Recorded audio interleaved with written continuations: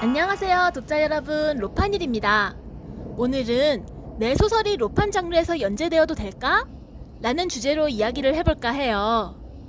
처음 웹소설 연재를 시작하시는 분들께선 본인의 소설이 판타지인지 로판인지 로맨스인지 구별하시기 어려우신 경우가 있어요.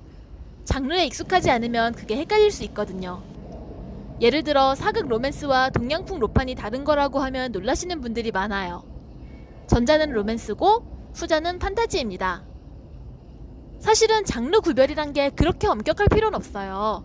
어디에든 본인이 생각하기에 내 작품에 맞는 카테고리다 싶은 곳에 올릴 권리가 있다고 전 생각해요. 판타지 세계가 배경이면 판타지란에 올리실 자격은 무조건 있고요. 연애가 주 플롯이면 로맨스란에 올리실 수 있는 거죠. 로판은 로맨스 판타지의 준말이지만 솔직히 연애가 없어도 돼요. 진짜 로맨스 판타지 장르의 소설들이 판타지 세계만 배경인 로맨스 장르라서 그렇게 분류된 게 아니거든요. 여자 주인공이 판타지가 있는 세계에서 살아가는 이야기는 보통 로판으로 패스돼요. 현판 월드에서 여자 주인공이 모험하는 이야기도 로판이에요. 현판 월드도 판타지 세계잖아요. 그런데 왜 장르를 구별해야 하느냐? 그것은 내 작품과 같은 코드의 작품을 읽어주시는 독자분들께 더 잘 찾아가기 위해서예요. 웹소설 독자분들은 보통 본인이 보시는 장르의 소설만 보세요. 한 분이 판타지 장르도 보시고 로맨스 장르도 보시는 건 가능해요.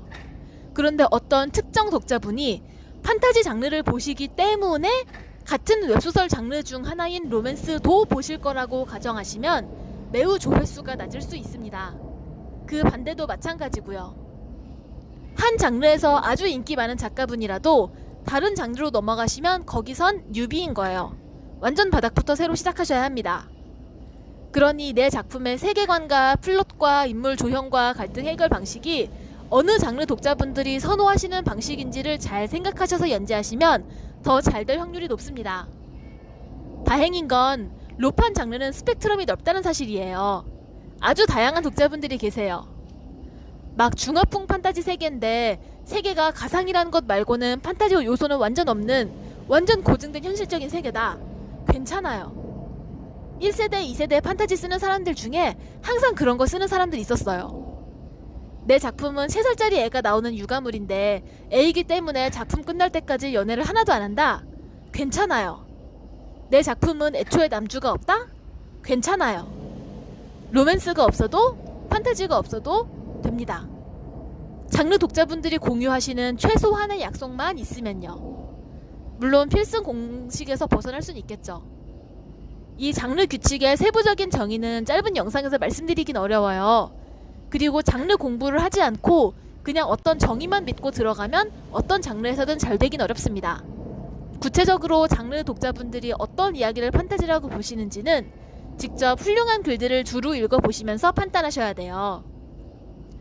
제가 전부터 늘 약간 안타까워하는 바가 있는데 그건 로맨스라는 단어가 항상 좀 저평가되고 있다는 점이에요. 로맨스 판타지라는 용어가 생길 때 아무도 로맨스 장르 향유자분들한테 봐봐 이거 로맨스 맞지? 라고 묻지 않았어요. 그냥 연애 이야기를 길게 했으니까 이건 로맨스다 라고 판타지 쪽 사람들끼리 얘기를 한 거죠. 그리고 지금도 어떤 작품은 연애가 안 나오니까 로맨스 판타지에 있지 말고 판타지에 가면 좋겠다는 말을 듣기도 하는데 이게 어떤 경우는 연애가 안 나와서 아쉬워서 그런 말씀을 하시는 경우도 있는데 이 소설을 좋게 평가한다는 의미로 그렇게 말씀하시는 분들이 계세요.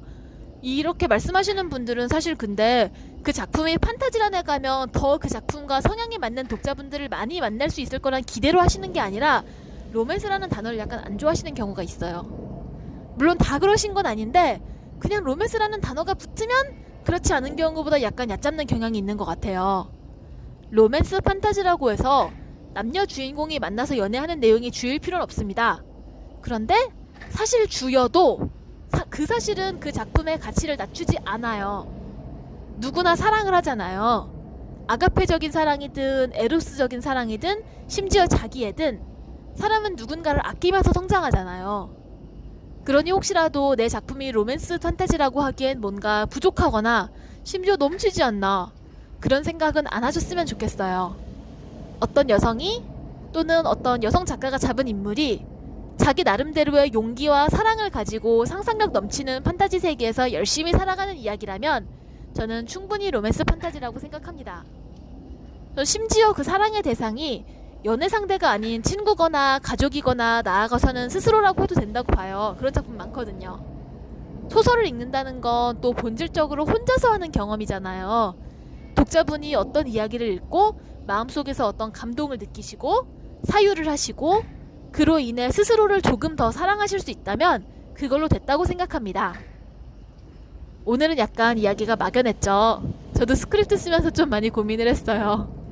다음 영상부터는 로맨스 판타지를 쓰기 위해 작가들이 하는 자료조사에 대해서 좀 구체적이고 긴 시리즈를 해볼까 해요. 로판에서 주로 쓰이는 배경의 분류부터 시작해서요. 보시는 여러분께 도움이 되었으면 좋겠습니다. 오늘 영상도 봐주셔서 감사합니다. 다음 영상에서 다시 만나요. 안녕.